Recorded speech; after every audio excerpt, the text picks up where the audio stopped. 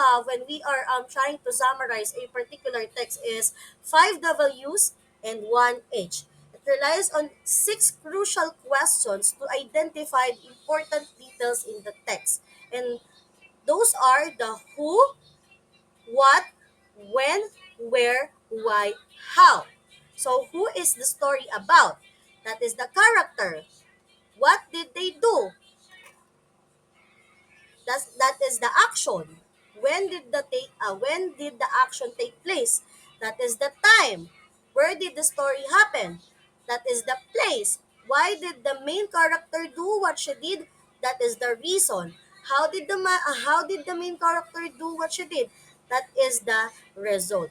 No? So again, when you are going to use the third technique that we have, which is the 5 Ws and 1 H, of course, the first thing that you have to locate is the who is the story about, what did they do, when did the action take place, where did the story happen, why did the main character do what she did, and how did the main character what she did. Now, if you will to use a particular article, again, if you were going to use the life and works of Dr. Jose Rizal as an example, who is the story about? Of course, it is about Dr. Jose Rizal.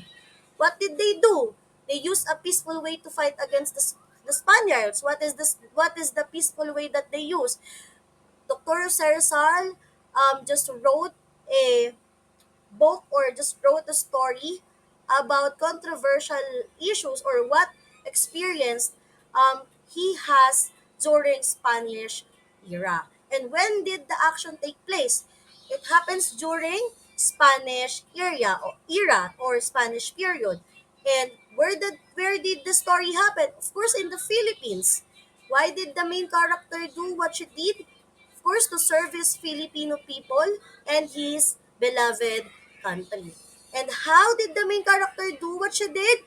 He had written books with controversial real-life stories. And that is the third technique, which is the 5 Ws and 1 H. Look for who, what, when, where, why, how.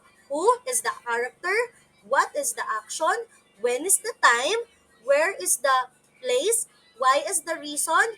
How is the result? Clear? Do you understand? Now, if we are going to put it into text, no? So let's read. Everybody, please read. Dr. Jose Rizal had used a peaceful way. He knew to fight against the Spaniards.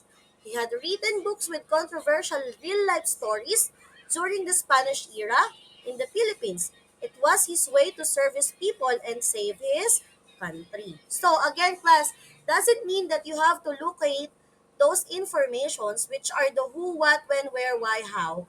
You have to follow the process. Of course, again, class, if you're going to summarize a particular text, make sure that you know where to put, or you know how to positionate a words, or you know how to properly organize the grammar. No? Hindi lang basta porket nahanap nyo na yung information na hinahanap dito sa technique nito, ganun na rin yung pagkakasunod-sunod. No. You have to know where to position the particular information for us to avoid error when it comes to grammar. Clear? Now, the fourth technique that we have is first, then finally, wherein it helps to summarize chronological order. For example, first pertains to what happened first, include the main character and main event or action. Then, what key details took place during the event or action? Finally, what were the result of event or action? Now, in Dr. Jose Rizal book, like Life and Works of Dr. Jose Rizal, what happened first? Dr. Jose Rizal had written books to fight against the Spaniard. Those are the main character and the main event or action. No? Then, what key details took place during the event or action? He was imprisoned due to publishing his controversial books in the Spanish era. And finally, what were the result of the event or action? Dr. Jose Rizal was exiled due to his great love for his countrymen in the country itself. And that is first, then finally. And if you will put it into text, Let's read, no? Everybody please read. Dr. Jose Rizal had written books to fight against the Spaniards. He was imprisoned due to publishing his controversial books in the Spanish era. And Dr. Jose Rizal was exiled due to his great love for his countrymen in the country itself.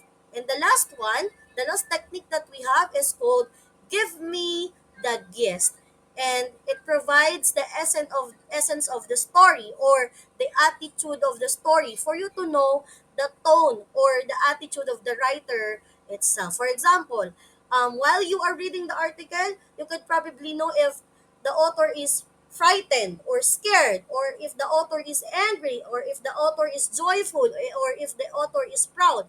But for our example, which is the life and works of Dr. Jose Rizal, probably the author might be proud, no?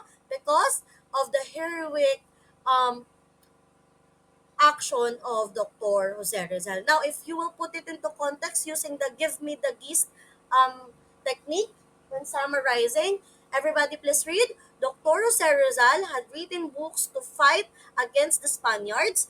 He was imprisoned due to publishing his controversial books in the Spanish era.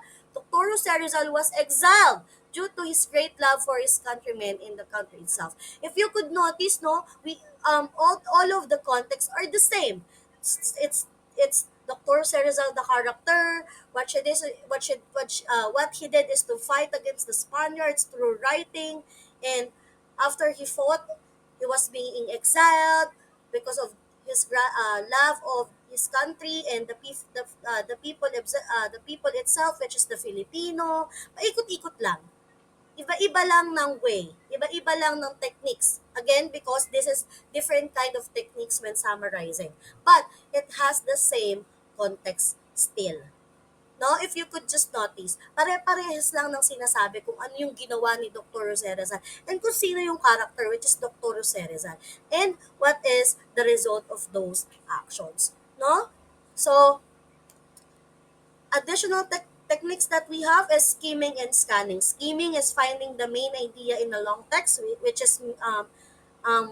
means finding the general idea. For example, di ba pag nagre-review tayo, sometimes we tend to review 1 week before the exam para malocate natin yung mga kailangan na information, mahabang information.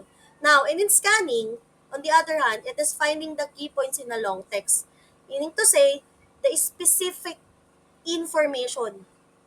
For example, in skimming, you have 1 week to review the informations. In scanning, 5 minutes before the exam ka nagre-review. Because you're just looking for specific information. And that's it. That is our lesson 3. Thank you for listening.